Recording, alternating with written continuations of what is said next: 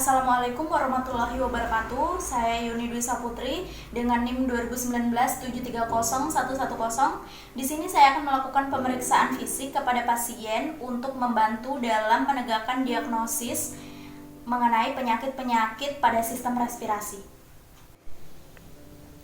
Baik Pak, di sini saya akan melakukan pemeriksaan fisik kepada Bapak untuk membantu dalam menegakkan diagnosis nantinya. Bapak, mohon maaf ya jika nanti pada saat pemeriksaan mungkin Bapak merasakan sedikit ketidaknyamanan dan mungkin saya nanti akan meminta Bapak untuk membuka baju dan mempersilahkan Bapak ke meja pemeriksaan yang telah saya sediakan. Dan Bapak tidak usah khawatir karena semua hasil pemeriksaan akan saya rahasiakan sesuai dengan kode etik kedokteran. Apakah Bapak bersedia? Ya, saya bersedia. Baik, sebelumnya saya akan melakukan cuci tangan terlebih dahulu.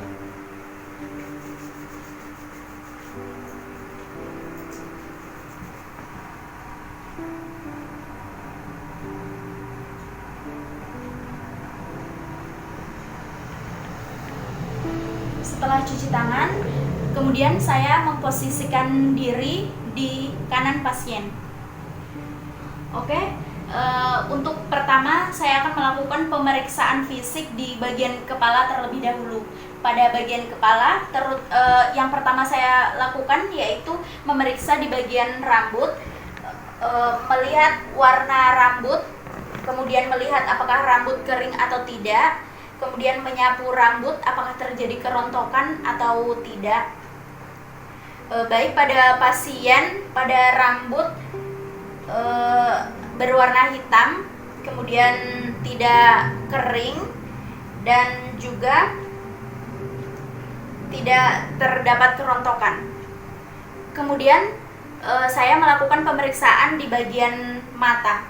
Yang pertama diperiksa yaitu alis, kemudian sklera dan konjungtiva.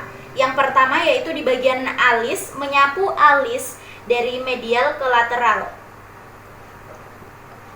dan tidak terdapat kerontokan.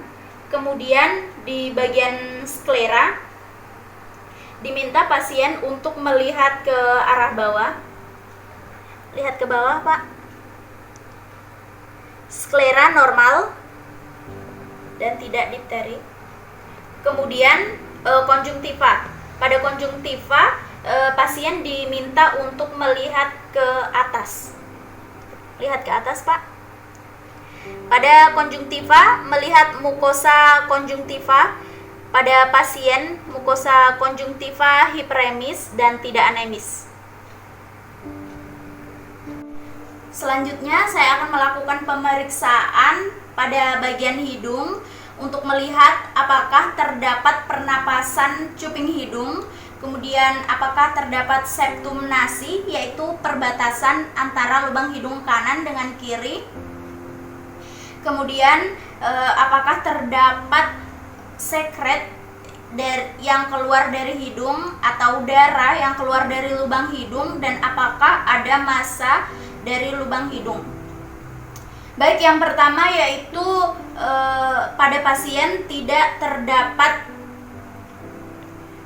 terdapat pernapasan cuping hidung, kemudian pada septum nasi normal, tidak terdapat deviasi, dan juga pada bagian hidung tidak terdapat sekret pada lubang hidung, dan juga tidak terdapat darah yang keluar dari lubang hidung, dan juga tidak ada massa dari lubang hidung. Selanjutnya yaitu melakukan pemeriksaan pada bagian mulut, pada bagian bibir. Pada mukosa bibir terlihat apakah kering atau tidak, kemudian apakah tampak sianosis atau kebiruan. Nah, pada pasien pada bagian bibir tidak kering pada mukosa bibirnya dan juga tidak terdapat sianosis. Kemudian saya akan melakukan pemeriksaan pada rongga mulut.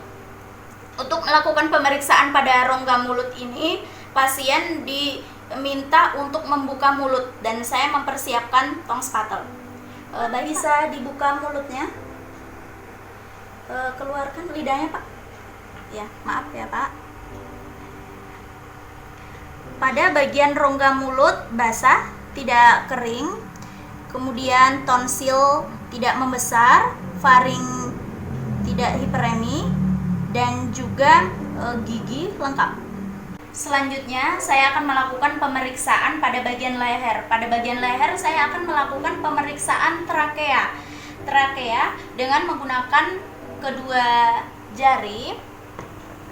Ini pada pasien trakea tidak terdapat deviasi. Kemudian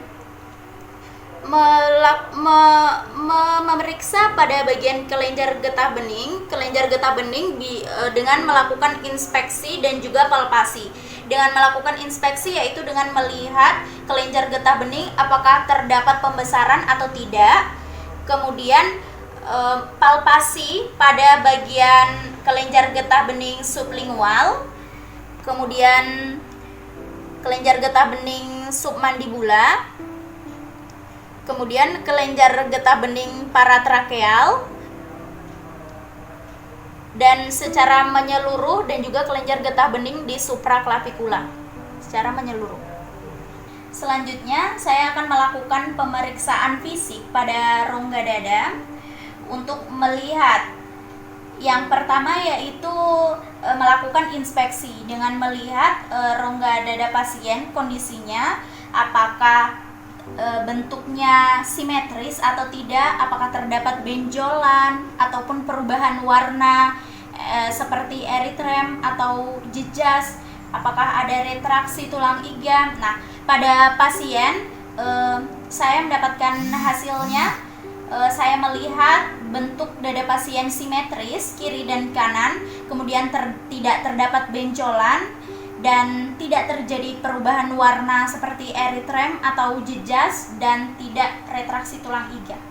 Selanjutnya saya akan melakukan palpasi pada rongga dada, dilakukan secara merata dengan melakukan penekanan.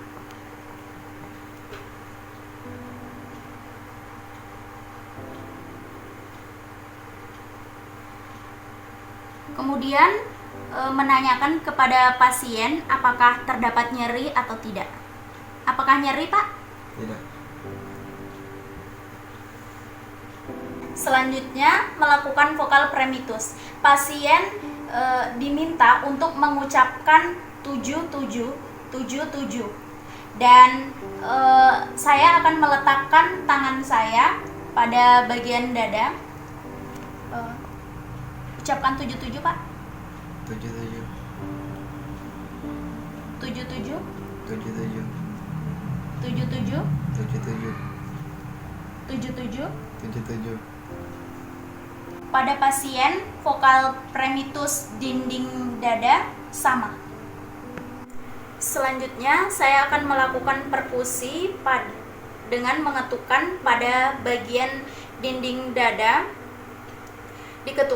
Mengetuk dengan menggunakan jari, diketuk ke jari lainnya, dan dilakukan secara merata.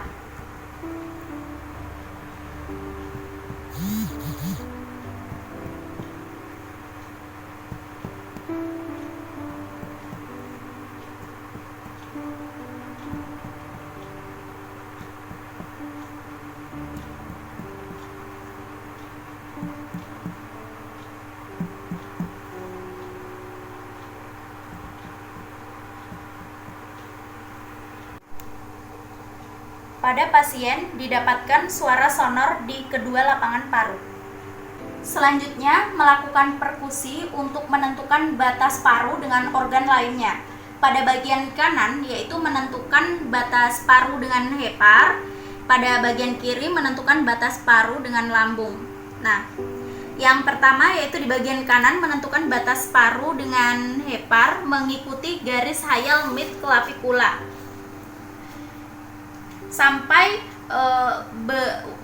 berubah bunyinya dari sonor ke redup. Berubah suaranya dari sonor ke redup.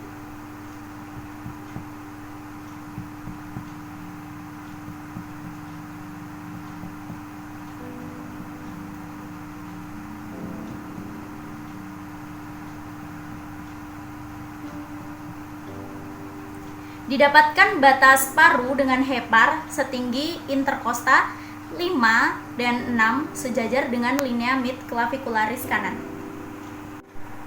Setelah menentukan batas paru dengan hepar, kita menentukan peranjakan paru hepar, yaitu dengan pasien diminta untuk bernapas, kemudian melepaskan napasnya. Tadi pada interkosta 5 dan 6. Maaf Pak, bisa tarik napasnya? Bisa lepas napasnya Pak?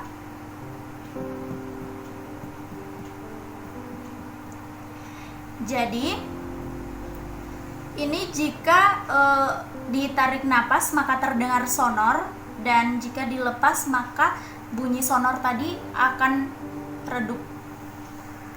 Kemudian menentukan batas paru dengan lambung pada bagian kiri dengan cara memperkusi dinding dada searah dengan garis hayal akselaris anterior dari bagian superior ke bagian inferior. Kita mendengarkan perubahan bunyi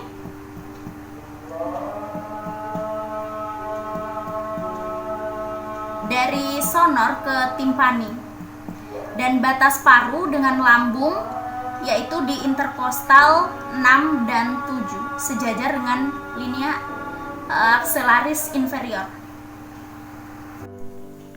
Selanjutnya saya akan melakukan pemeriksaan auskultasi dengan bantuan stetoskop untuk mendengar suara napas, dan ini pada stetoskop yang digunakan yaitu diafragma.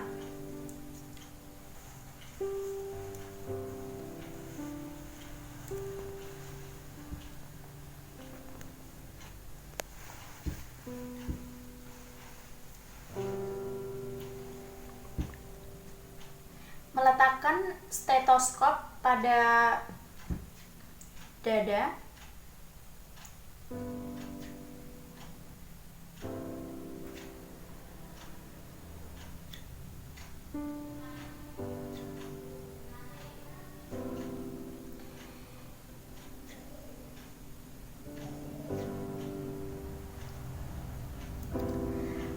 Pada pasien terdengar vesikuler di kedua lapangan paru dengan tidak ada napas tambahan. Selanjutnya saya akan melakukan pemeriksaan pada bagian posterior. Sama halnya tadi dengan pemeriksaan pada bagian anterior, kita melakukan inspeksi dulu dengan melihat apakah pada bagian dinding dada ini, di bagian posterior ini, apakah normal atau tidak, terdapat deformitas atau tidak, benjolan atau warna kemerahan ataupun jejas. Nah, pada pasien tidak terdapat deformitas, tidak terdapat benjolan, dan sela iga tidak terdapat retraksi, dan juga tidak terdapat kemerahan ataupun jejas. Kemudian melakukan palpasi pada bagian posterior dilakukan secara merata atau menyeluruh.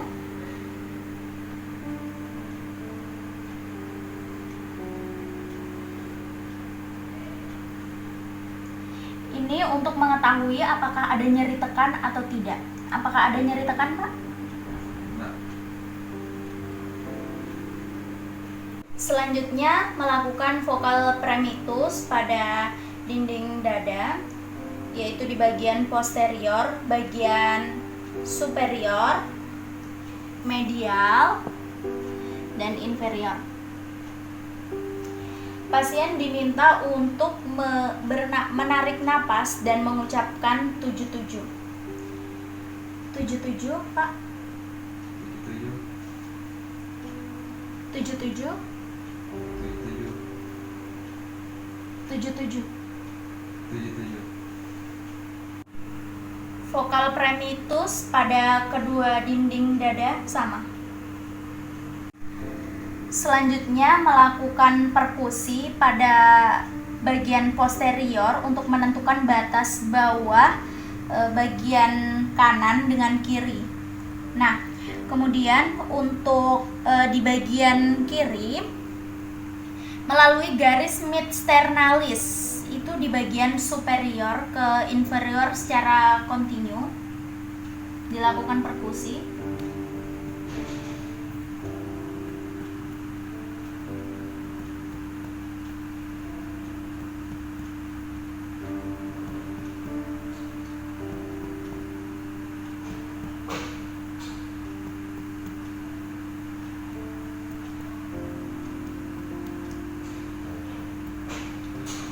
Terdengar bunyi sonor, dari sonor menjadi redup, dan ini terdapat pada interkostal 9 dan 10.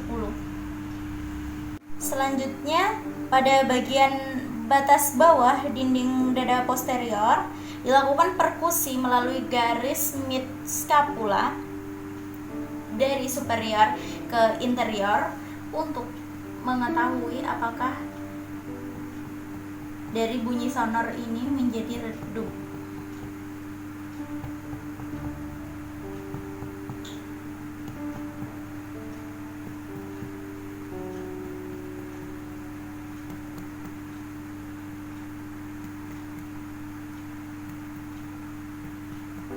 Dari sonor menjadi redup dan terdapat di interkosta 8 dan 10.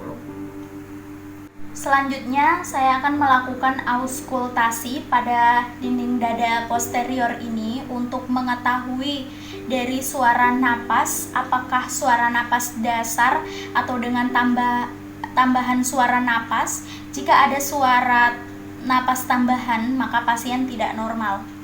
Kemudian yang digunakan adalah bagian diafragma.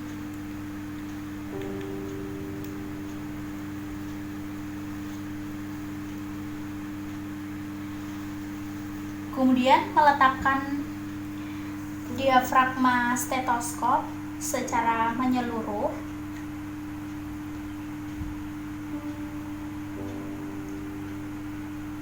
Silakan bernapas, Pak.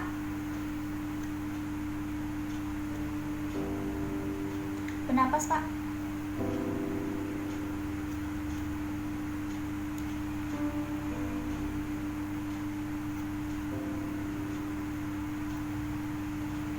Dihasilkan suara napas dasar vesikuler dan tidak ada suara napas tambahan. Baiklah Pak, pemeriksaan fisiknya semuanya telah selesai. Silakan Bapak memakai baju kembali. Terima kasih Pak. Dan yang terakhir yaitu kita harus mencuci tangan setelah melakukan pemeriksaan kepada pasien.